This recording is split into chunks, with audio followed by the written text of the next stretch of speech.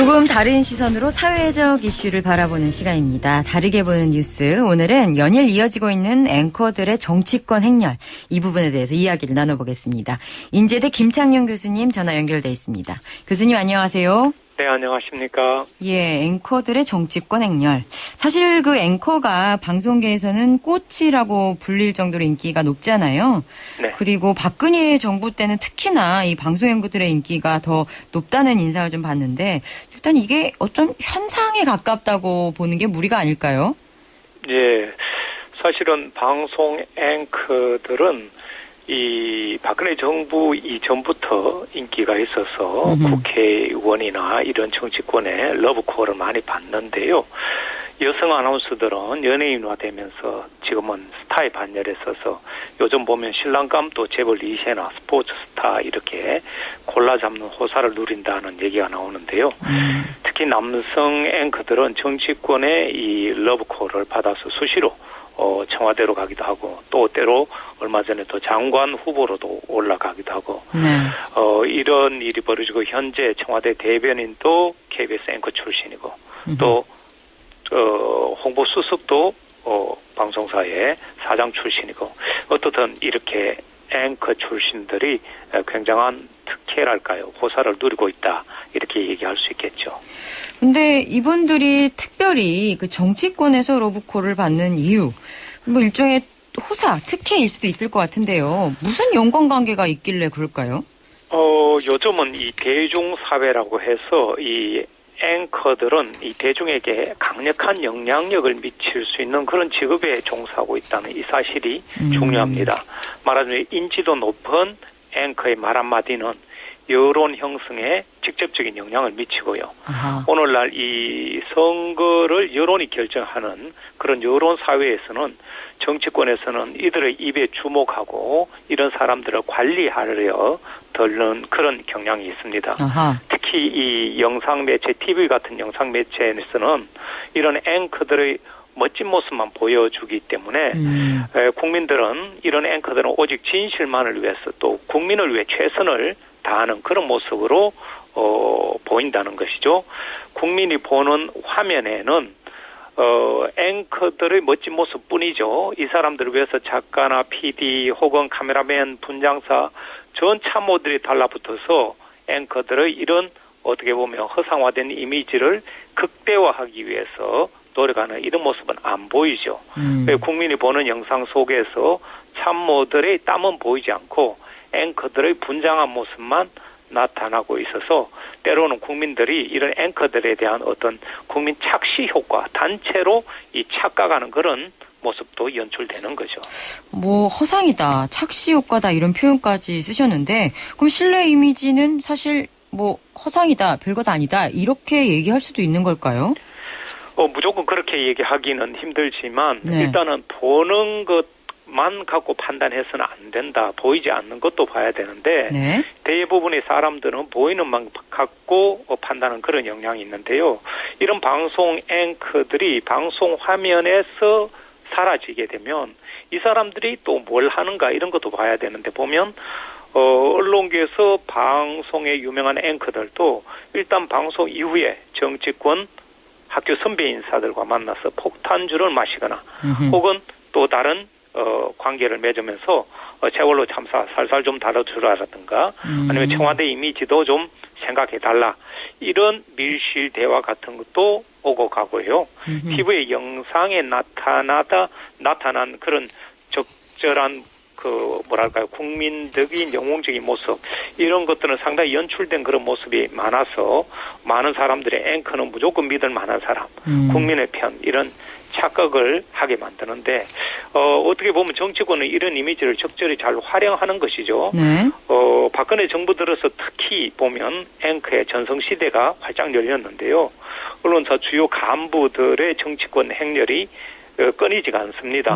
YTN 윤두현 사장이 청와대 지금 현재 홍보 수석을 하고 있고 KBS 민경욱 앵커가 청와대 현재 대변인을 하고 있고 또 SBS 앵커 출신 정성거 씨는 얼마 전에 제2기 내각 문화체육관광부 장관 후보에 올랐다가 인사청문회에서 낙마한 그런 경우가 있었는데 이런 일들이 굉장히 잦아지고 있습니다. 그렇군요. 한마디로 언론을 통해서 얻은 신뢰를 서로 그냥 이용하는 거군요. 그렇죠. 말하자면 네. 정치권에서 이런 앵커들을 데려가면 상당히 장점이 있습니다. 우선 방송 앵커들은 높은 인지도가 있기 때문에 선거에서 이기기가 매우 쉽죠. 정치권은 일단 이 사람들의 검증 이전에 이런 앵커들을 데려가면 선거에 이긴다는 아주 단견적인 이해관계가 얽혀 있고요. 네. 정치권에서 이들에 대한 검증을 제대로 하지 않은 채 무언칙하게 이런 사람들을 바로 장관에 올리고 이렇게 될 경우에는 이 개인으로 봐서는 영달로 생각할지 모르겠지만 정치를 감시 견제해야 될 방송의 주요 간부, 그것도 앵커가 바로 그런 권력의 품에 간다는 것은 공정한 방송을 하지 않았던 결과가 되기 때문에 네. 떠난 조직에 대한 큰 부담으로 남는 것이죠. 떠난 조직에 대한 부담하니까 KBS 민경욱 앵커가 대변인으로 갈 때도 KBS에서 말이 많았고 그랬던 것 같네요. 그렇죠. 그 인기가 높은 건 여하튼 여전한 사실인 것 같습니다. 그렇죠? 네.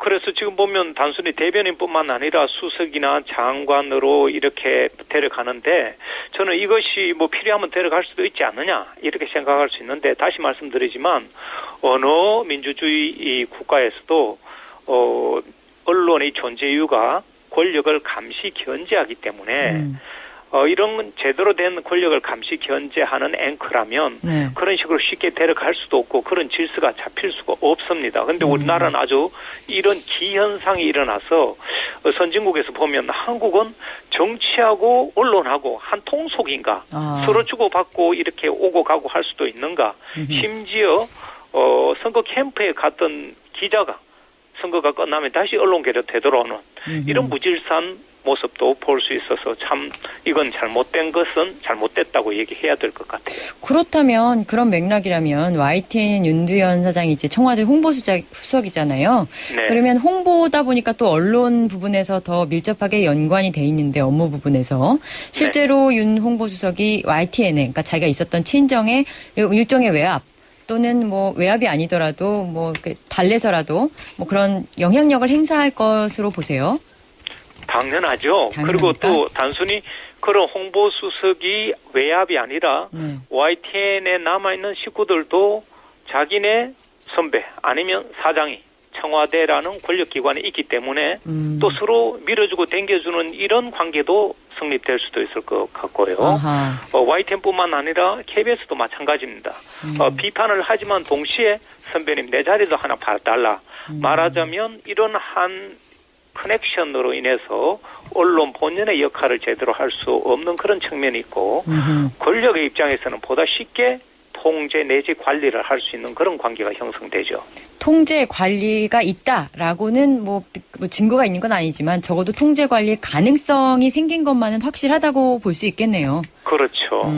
특히 우리나라 사람들은 학교 선후배나 또 같은 조직의 선후배 이런 사람들에 대해서는 굉장히 우호적인 그런 하나의 전통이 있기 때문에 남에게는 상당히 냉정하게 대해도 우리 한 식구라고 생각하고 친정이라고 이렇게 표현하잖아요. 예. 이런 경우에는 당연히 서로가 서로에게 타협 내지 관리하는 이런 문화가 형성되죠.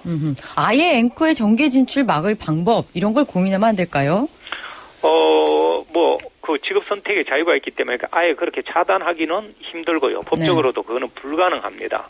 그러나 이런 앵커는 국민의 신뢰와 또 그 조직에 대한 이미지를 대변하기 때문에 앵커들이 바로 정치권에 가는 것은 언론으로 봐서도 굉장히 큰 손실이고 국민의 입장에서도 이건 불신 내지 배신감을 느끼기 때문에 저는 앵커가 바로 정치권에 가지 못하도록 1년이면 1년, 2년이면 2년 이런 유예 기간을 두고 그런 걸 지키지 않았을 때는 강력한 내부의 징계 절차라든가 이런 것이 최소한은 있어야 지금 같은 이런 앵커들의 정치권 행렬을 좀 제어할 수 있지 않을까 이렇게 봅니다. 예, 앵커의 정치권 직행만 막아도 그 소속 언론사뿐 아니라 국민 전체의 어떤 신뢰, 정부에 대한 신뢰 또 언론에 대한 신뢰까지 이룰 수 있다는 말씀 이렇게 정리하면 될 것 같습니다.